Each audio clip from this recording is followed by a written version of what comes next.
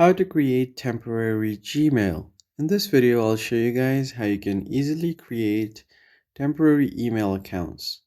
So the first thing you're going to have to do is open up Google Chrome or any other web browser. And all you have to do is just go ahead and click on the search bar and then search for Gmailnator. And once you have searched for this, go ahead and click on enter. And it will show you the result right away, emailnator.com. So go ahead and tap on the first link. What it does is it will automatically create a new email address for you. So if you are trying to use any kind of apps or website where you don't want to provide your personal email, this can be a really good way to continue to that app.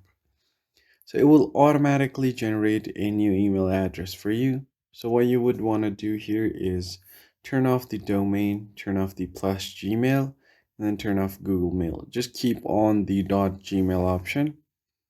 Now, if you want to generate a new one, tap on generate new, and it will generate a new email address according to your need.